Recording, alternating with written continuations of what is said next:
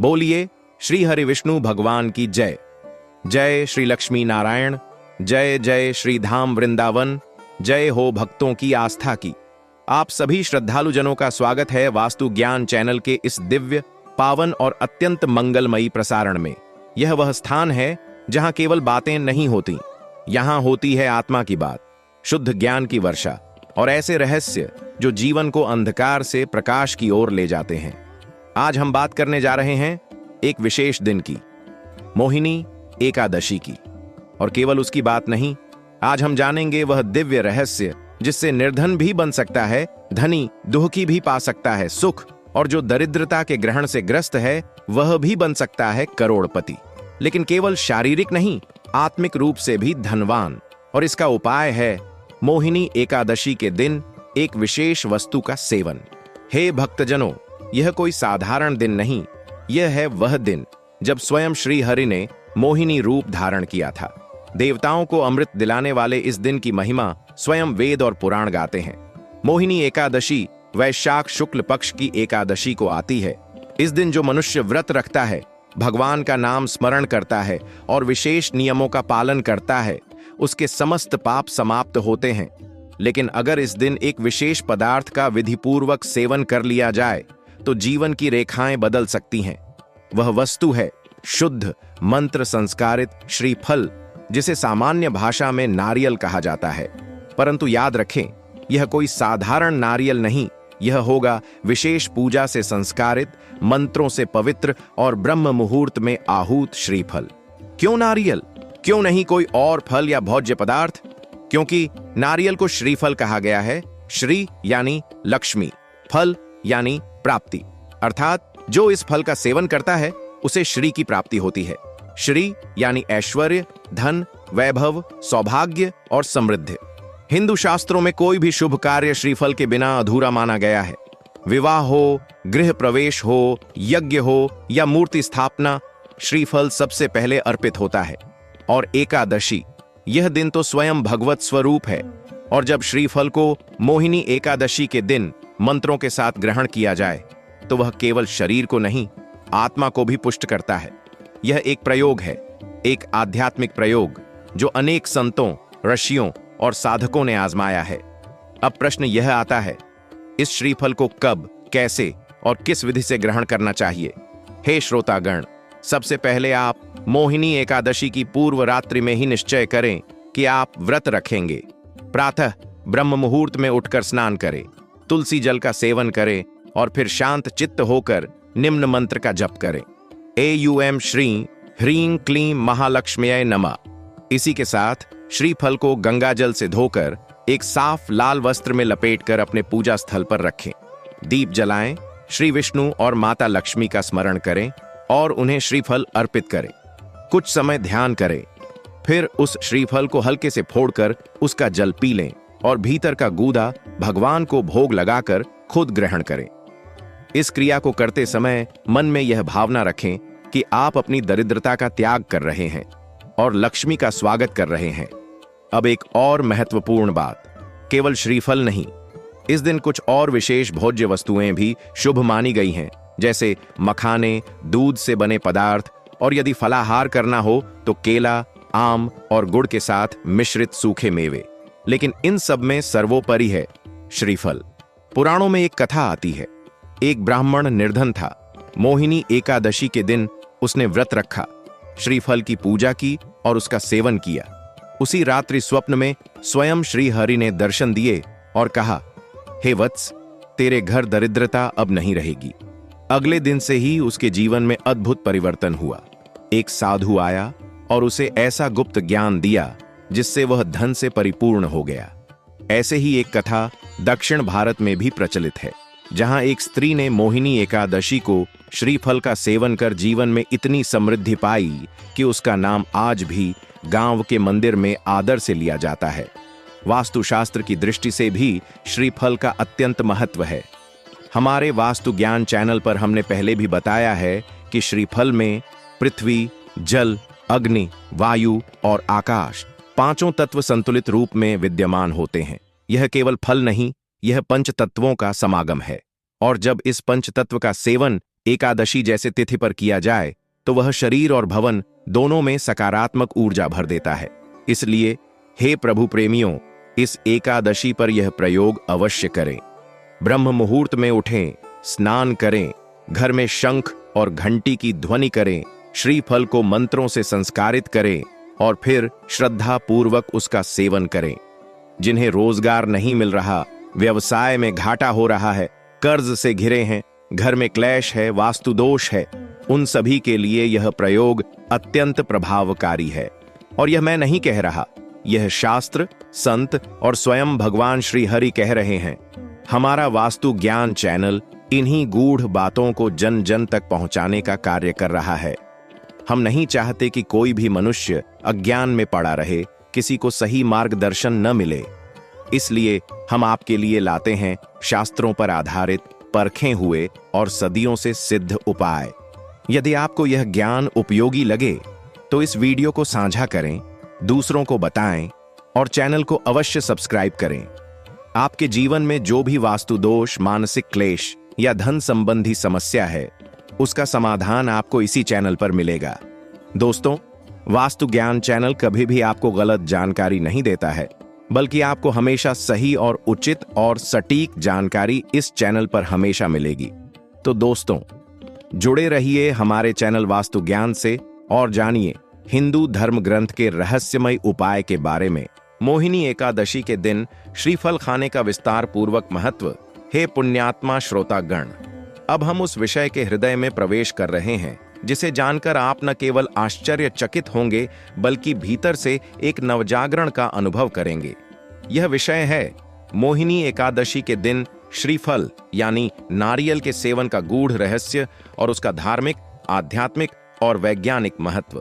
जिस प्रकार दीपावली पर दीप जलाना मात्र एक परंपरा नहीं, वरन उसके पीछे ऊर्जा का विज्ञान है, उसी प्रकार मोहिनी एकादशी पर श्रीफल खाना कोई मात्र आस्था नहीं, यह एक रहस्य है जो पवित्रता, प्राचीन परंपरा और जीवन शक्ति का प्रतीक है।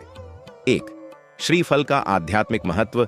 श्रीफल, जिसे श्री का फल कहा गया है, यह नाम स्वयं बताता है कि इसमें देवी लक्ष्मी की शक्ति संचित है। श्री का अर्थ होता है धन, वैभव, ऐश्वर्य और सौभाग्य। एकादशी भगवान विष्णु का प्रिय दिन है और नारियल माता लक्ष्मी का प्रिय फल। जब दोनों का संयोग होता है, श्रीफल प्लस एकादशी, तो यह बनता है एक अत्यंत पवित्र योग जो न केवल धन वृद्धि करता है बल्कि आपके चारों ओर एक ऊर्जा कवच का निर्माण करता है। पुराणों में वर्णन आता है कि जब देव और दानवों के बीच समुद्र मंथन हुआ, तब अमृत के साथ श्रीफल भी निकला। इसे वरुण देव ने विष्णु को अर्पित किया और कहा, यह फल अमृत के समकक्ष है। तभी से श्रीफल को देवताओं का भोजन माना गया। 2. श्रीफल का धार्मिक रहस्य।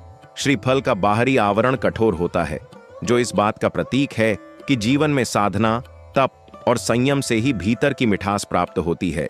उसकी 3 आंखें त्रिकाल, भूत, भविष्य और वर्तमान की द्योतक हैं, और जब इसे सिर पर फोड़ते हैं तो यह अभिमान का त्याग है। लेकिन मोहिनी एकादशी के दिन इसका सेवन शरीर और आत्मा को एक साथ संतुलित करता है। शास्त्रों में कहा गया है, एकादशी पर किए गए छोटे से तप का फल अनंत गुणा होता है, और जब इस दिन श्रीफल जैसे शुभ फल का सेवन भक्ति के साथ किया जाए तो यह फल देता है वर्षों की साधना जितना पुण्य। 3. श्रीफल और वास्तुशास्त्र का संबंध। वास्तुशास्त्र के अनुसार घर में सकारात्मक ऊर्जा को बनाए रखने के लिए श्रीफल अत्यंत उपयोगी है। इसके सेवन से व्यक्ति के भीतर छिपी हुई ऊर्जा जागृत होती है। श्रीफल में अग्नि तत्व तीव्र होता है, जो घर के उत्तर पूर्व कोण को संतुलित करता है। यह घर में लक्ष्मी का स्थायी वास स्थापित करता है। वास्तु ज्ञान चैनल पर हमने पहले भी बताया है कि जब श्रीफल को लाल वस्त्र में बांधकर घर के मुख्य द्वार के पास रखा जाता है तो वह नेगेटिव एनर्जी को दूर करता है। उसी प्रकार यदि आप इसे खाएं तो यह भीतर की नेगेटिव सोच, डर, असुरक्षा और मानसिक दरिद्रता को हटाता है। 4. श्रीफल का वैज्ञानिक महत्व देखें। श्रीफल का जल शरीर में डिहाइड्रेशन को दूर करता है। इसमें पाए जाते हैं मैग्नीशियम, पोटेशियम, सोडियम और प्राकृतिक इलेक्ट्रोलाइट्स, जो मानसिक तनाव, थकावट और ब्लड प्रेशर को नियंत्रित करते हैं। इसके अलावा नारियल की गिरी में पाए जाते हैं लॉरिक एसिड और हेल्दी फैट्स, जो न केवल हार्ट के लिए लाभदायक हैं बल्कि मस्तिष्क की कोशिकाओं को भी सक्रिय करते हैं। जो व्यक्ति एकादशी पर श्रीफल का सेवन करता है उसकी मानसिक शक्ति बढ़ती है, स्मरण शक्ति तीव्र होती है और जीवन में स्पष्टता आती है। 5. श्रीफल और कर्म योग। जब हम श्रीफल को मंत्रों से संस्कारित करके ग्रहण करते हैं तब हम केवल फल नहीं खा रहे होते, हम एक ऊर्जा स्रोत को आत्मसात कर रहे होते हैं। यह एक कर्म है, एक यज्ञ है। इसे केवल खाकर पेट भरना नहीं बल्कि परमात्मा की कृपा को अपने भीतर भरना है। कई संतों ने कहा है, श्रीफल केवल फल नहीं, यह तप का सार है। एकादशी को जब आप श्रीफल खाते हैं तो यह उसी प्रकार है जैसे आपने अपने भीतर एक दिव्य मंत्र का प्रवेश कर लिया हो। 6. कब और कैसे खाएं श्रीफल? ब्रह्म मुहूर्त में उठकर स्नान करें, भगवान विष्णु और माता लक्ष्मी का स्मरण करें, श्रीफल को लाल वस्त्र में लपेटकर गंगा जल से शुद्ध करें, निम्न मंत्र का जप करें, NAUM श्रीं ह्रीं क्लीं महालक्ष्म्यै नमः, जन याजन AUM नमो भगवते वासुदेवाय। जन श्रीफल को भगवान को अर्पण करें और फिर उसी श्रीफल का जल पीकर गिरी का सेवन करें। 7. किन लोगों को विशेष रूप से श्रीफल खाना चाहिए? जो निरंतर मानसिक तनाव में रहते हैं, जिन्हें आर्थिक तंगी ने घेर रखा है, जिनके घर में कलह और अशांति रहती है, जिनके ऊपर कोर्ट कचहरी, मुकदमे या सरकारी बाधाएं हैं, जिन्हें धन आता है पर टिकता नहीं, इन सभी को मोहिनी एकादशी पर श्रीफल खाने से अद्भुत लाभ होता है। हे भक्तजनों, हमारे सनातन धर्म की महानता केवल उपदेशों में नहीं बल्कि उन अनुभवों में है जिन्हें संतों, ऋषियों और साधकों ने स्वयं जीकर देखा है। श्रीफल, जिसे हम आज एक सामान्य फल समझ बैठते हैं, वह अपने भीतर कितना रहस्य और शक्ति समेटे है, यह तभी समझ आता है जब हम उसकी दिव्य कहानियों में प्रवेश करते हैं। 1. संत रामदास की कथा। श्रीफल से समृद्धि की प्राप्ति महाराष्ट्र के एक संत हुए, रामदास जी।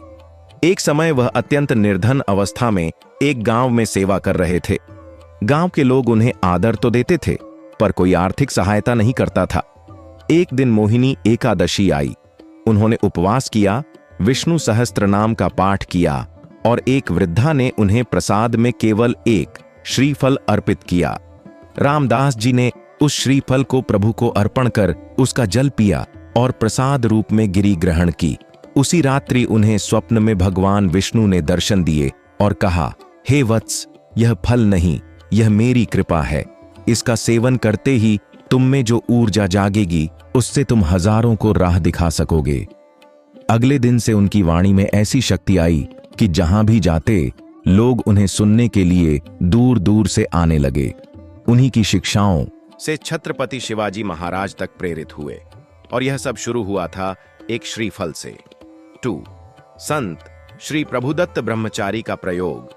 सन 1940 के दशक में उत्तर प्रदेश में एक महान संत हुए, प्रभुदत्त ब्रह्मचारी जी। उन्होंने अपनी आत्मकथा में लिखा कि जब वे मानसिक अवसाद और सामाजिक तिरस्कार से गुजर रहे थे तब एक बार मोहिनी एकादशी पर उन्होंने ध्यानपूर्वक श्रीफल का सेवन किया। उन्होंने विशेष मंत्रों से उसकी पूजा की और पूरे दिन केवल श्रीफल और तुलसी जल का सेवन किया। 3 दिनों के भीतर उन्हें मानसिक शांति, प्रेरणा और एक नई दिशा प्राप्त हुई। उसी के बाद उन्होंने संन्यास लिया और आज भी उनका नाम भारत के संत इतिहास में अमर है। 3. दक्षिण भारत की रहस्यमयी गृहिणी की कथा। तमिलनाडु में एक महिला थीं, मीनाक्षी अम्मा। उनका घर पूरी तरह कर्ज में डूबा हुआ था। पति बेरोजगार, बच्चों की पढ़ाई अधूरी और घर में भोजन का भी संकट था। एक दिन एक साधु उनके घर आए और कहा, मोहिनी एकादशी आने वाली है, इस दिन पूजा कर एक पवित्र श्रीफल का सेवन करना, तुम्हारा भाग्य बदलेगा। मीनाक्षी अम्मा ने वह किया। उसने पूरे घर की सफाई की, पूजा की, विष्णु सहस्त्र नाम पढ़ा और श्रीफल का भोग लगाया। फिर परिवार सहित उस श्रीफल को खाया। उसके कुछ ही सप्ताहों में उसके पति को नौकरी मिल गई, उसके बेटे को छात्रवृत्ति मिली और उसके घर की हालत बदलने लगी। आज वह महिला एक धर्मशाला चलाती है और हर मोहिनी एकादशी पर 100 परिवारों को श्रीफल वितरित करती हैं। भाग 4, श्रीफल के दिव्य प्रयोग, गुप्त रहस्य। अब हम जानेंगे वे गुप्त प्रयोग जो मोहिनी एकादशी के दिन श्रीफल से किए जाते हैं और जिनसे जीवन में धन, सुख और संतुलन आता है। प्रयोग 1। धन आगमन श्रीफल विधान। एक साफ श्रीफल लें, उसे गंगा जल से धोएं, पीले कपड़े पर रखें, चंदन से स्वास्तिक बनाएं, श्रीफल के समीप एक दीपक जलाएं और 11 बार यह मंत्र जपें। एयूएम श्री ह्रीं श्री लक्ष्मी नारायणाय नमः। श्रीफल को घर के उत्तर दिशा में लाल वस्त्र में लपेटकर 11 दिन रखें। 12वें दिन उसे किसी नदी में प्रवाहित कर दें। इससे घर में धनागमन के मार्ग खुलते हैं। प्रयोग 2। दरिद्रता नाश श्रीफल अनुष्ठान। मोहिनी एकादशी की पूर्व रात्रि में एक साबुत श्रीफल लें। सुबह ब्रह्म मुहूर्त में स्नान करें और घर के मंदिर में भगवान विष्णु की तस्वीर के आगे श्रीफल रखें। 108 बार यह मंत्र जपें। एयूएम नमो भगवते वासुदेवाय। श्रीफल का जल पीकर गिरी को प्रसाद के रूप में ग्रहण करें। यह प्रयोग मानसिक और आर्थिक दरिद्रता को समाप्त करता है। प्रयोग 3। विवाह बाधा निवारण श्रीफल प्रयोग। यह प्रयोग विशेष रूप से उन युवाओं के लिए है जिनके विवाह में बाधा आ रही हो। मोहिनी एकादशी पर एक श्रीफल को गुलाबी कपड़े में लपेटें, उसे कन्या या युवक के नाम से विष्णु को समर्पित करें और प्रार्थना करें। अगले दिन उसे तुलसी के पौधे के पास दबा दें। शीघ्र ही विवाह योग्य अवसर प्राप्त होता है। हे पुण्यशील श्रोतागण, हमारे सनातन धर्म में केवल एक क्रिया से चमत्कार नहीं होता। जब हम 3-4 पवित्र शक्तियों को एक सूत्र में बांधते हैं, तब एक महायोग जन्म लेता है। आज हम जानेंगे कि मोहिनी एकादशी जैसे पुण्यकाल में जब श्रीफल को तुलसी, गौमाता और ब्राह्मण सेवा के साथ जोड़ा जाता है, तब उसका प्रभाव क्या होता है। 1। श्रीफल और तुलसी का दिव्य मिलन। तुलसी को विष्णु प्रिया कहा गया है। वह साक्षात लक्ष्मी का ही स्वरूप है और श्रीफल लक्ष्मी का प्रिय फल है। जब आप तुलसी माता के पास बैठकर श्रीफल अर्पित कर निम्न मंत्र का जाप करते हैं, मंत्र एयूएम तुलस्याय नमः, एयूएम श्रीयं ह्रीं श्रीफलाय नमः, तब उस क्षण तुलसी के माध्यम से आपकी कामनाएं सीधे वैकुंठ तक पहुंचती हैं। विधि: तुलसी के पौधे को जल दें, उसके पास श्रीफल रखें और दीपक जलाएं। श्रीफल को दोनों हाथों से स्पर्श कर इच्छित संकल्प लें, फिर उसी श्रीफल का जल पीकर गिरी का सेवन करें। लाभ: विवाह, संतान, नौकरी, कर्ज मुक्ति और दरिद्रता में चमत्कारी परिणाम। घर के वातावरण में अद्भुत परिवर्तन। रोग और मानसिक तनाव का नाश। डू: श्रीफल और गौमाता की कृपा। गाय को धेनु कहा गया है, जो देने वाली है। वह साक्षात पृथ्वी की देवी हैं। शास्त्रों में कहा गया है कि गौ सेवा से विष्णु की अनंत कृपा मिलती है, और यदि उस दिन श्रीफल को गौमाता को अर्पित किया जाए तो वह कृपा सौगुनी हो जाती है। विधि: मोहिनी एकादशी के दिन ब्रह्म मुहूर्त में उठें, गौमाता को गुड़, हरा चारा और एक श्रीफल खिलाएं। श्रीफल खिलाते समय यह मंत्र जपें: गोमातरम नमस्यामि श्रीफलम समर्पयाम्यहम्। लाभ: वंश वृद्धि, कुल की शुद्धि, पितृदोष शांति, घर में रोग, कलह और दरिद्रता का नाश, गोचर ग्रहों की पीड़ा समाप्त होती है। 3. श्रीफल और ब्राह्मण सेवा का पुण्य योग। ब्राह्मण वेदों के संवाहक हैं। एकादशी के दिन यदि किसी विद्वान ब्राह्मण को श्रीफल, वस्त्र, दक्षिणा और भोजन अर्पित किया जाए तो यज्ञ फल प्राप्त होता है। विधि: किसी योग्य ब्राह्मण को आमंत्रित करें, उसे श्रीफल, केला, पंचमेवा और पीला वस्त्र भेंट करें। भोजन कराने के बाद चरण स्पर्श कर आशीर्वाद लें। लाभ: कुंडली के सभी दोषों में राहत, संतान सुख, पढ़ाई में सफलता और लंबी आयु, पूर्वजों का आशीर्वाद। 4. त्रिवेणी प्रयोग। एक साथ 3 शक्तियों को अर्पण। यदि कोई भक्त एकादशी पर निम्न 3 कार्य कर ले: श्रीफल तुलसी को अर्पित करे, गौमाता को खिलाए, ब्राह्मण को भेंट दे, तो यह त्रिवेणी प्रयोग बनता है। यह प्रयोग दुर्लभ है और इसका पुण्य 100 यज्ञों के बराबर माना गया है। कैसे करें त्रिवेणी प्रयोग?